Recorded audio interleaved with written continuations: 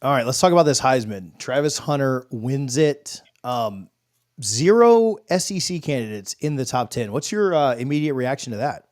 I think this is a year where there was a lot of parity in the SEC. And I also think we kind of cannibalize each other a lot. And so I think that probably adds to it. I don't know that there is a player that there was just such a star that I'm shocked that they weren't, you know, right up there in New York. And I think that when you look at um, you look at Colorado, or you look at Boise State, you look at some of these situations and they're kind of the star within their conference. And I think that does make it a little bit easier to garner attention. But I thought this was um, a great Heisman class. I think that all of those guys up on the stage were incredibly impressive in their own rights. I think it's interesting because I don't know that Travis Hunter is who I would have voted for. I would love to see voting uh, done by coaches and then voting done by writers to see what the differences were in how they would vote. Because I do think that, Travis Hunter is the writer's favorite because everyone's like, oh my gosh, he's playing both ways. And he's really good at playing both ways, right? Like he's electric on the field. We don't usually see two-way guys in college football. He's put up good numbers, but his team was so, right? And then I think you look at Ashton Gentry, who also put up incredible numbers, set some huge records this year. But if you remove him from his team, Boise State is a completely different team, right? Like they're not in the playoffs. They're not, his value to his team seems to be a lot higher than Travis Hunter's is to his. And that's not to say he's not the best player on Colorado's team, but Colorado is a average to good team with him on it, right? Yeah, I mean, but I don't think that's what the award is, right? Like who's most valuable. I think we sometimes factor that into the way we think about it, but I don't think the Yeah. award is like who's the most important to their team. This team goes from average to bad. Generally, it's been But a factor. Not always. I think back yeah, to when Tebow won it, the year that they were in the Citrus Bowl against Michigan, and I think they won 8 games that year or something like that. it's just most outstanding player, which is very Generally, subjective. But I mean, I don't. To me, I would have voted for Hunter first and Genty second. But I mean, to me, Hunter was the most outstanding player. But I yeah, mean, that's subjective still, sure, right? And yeah.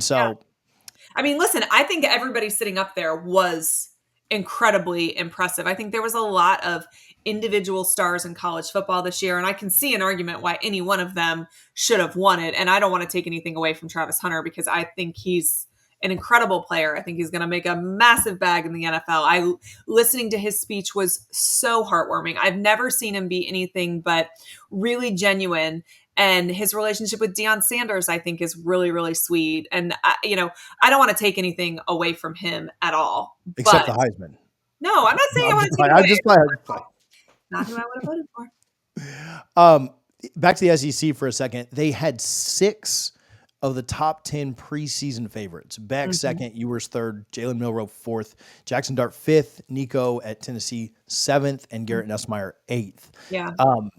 Which is kind of interesting. I think that part of it was the cannibalization you talked about. Part of it was also just underwhelming quarterback play. Like Beck Yeah. was really bad at times. Milroe was really bad at times. Jackson Dart, certainly, you lose 3 games, you lose to Kentucky and Florida in games you're double-digit favorites in, you're going to lose. Like that's just what's going to happen, right? And once you fall off, it's hard to get that back. Nico, very up and down, and then Nussmeier at LSU just didn't put up the numbers. So Yeah, wins his and was losses, impossible. your value to your team matters for Dart, but it doesn't matter for Hunter.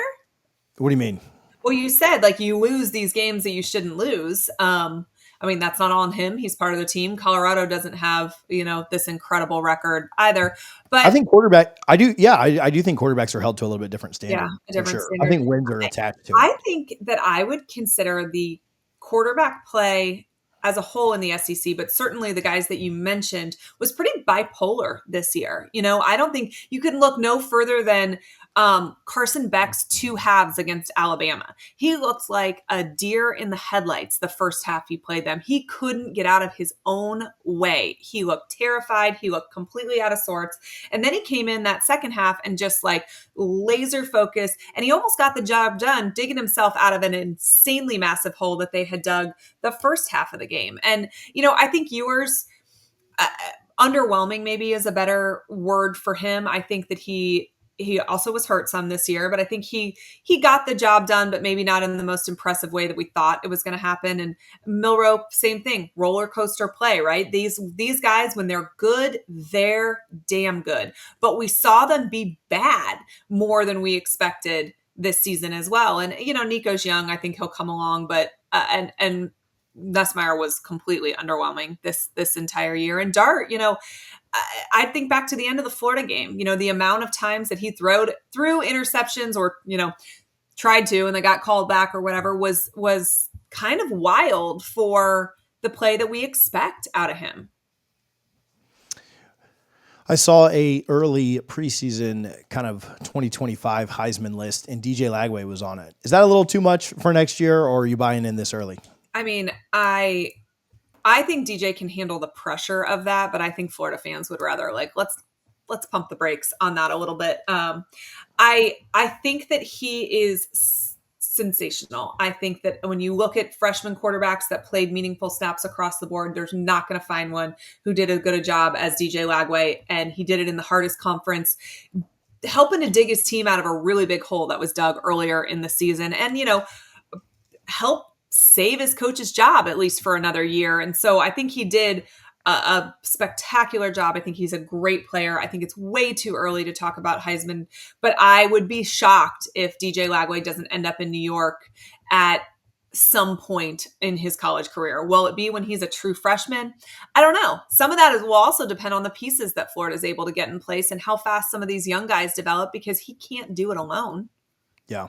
And like we said, quarterback play, a lot of it has to do with wins and losses. It's essentially what dropped. I mean, Cam Ward was a favorite until they started losing, right? Yeah. Like losing games impacts it for sure. And Florida will need to win a lot of games for him to have a chance, or he'll have to put up like Tebow record-breaking year 20, 20 and Jaden Daniels type stats from last year, where there really just was no clear-cut favorite. Yeah. So I don't know. Interesting to see. Who do you have give me a pick for 2025 Heisman in December of 2024? Oh my gosh. I have no idea. I mean, you've got to think people will very soon start talking about Arch Manning as a possibility here, right? Like I can't imagine that his name doesn't start getting floated around, but shoot, that is way too early. What about Eugene Wilson? Maybe he'll become the next Percy Harvin for Florida. I'm going to go Jeremiah Smith at Ohio State. That's my pick. All right. I'm going to make you lock in Arch. I'm not going Eugene Wilson. I'm not letting you pick that. I'm going to give you a better chance at it. If Wilson gets there and Lagway doesn't, that'll be insane. So, yeah. All right. If you're watching this, if you're listening later on a replay, make sure you hit the subscribe button. We're going to go live on Wednesday night to talk about the playoffs at 9 p.m. Again, hit the subscribe button if you have not already.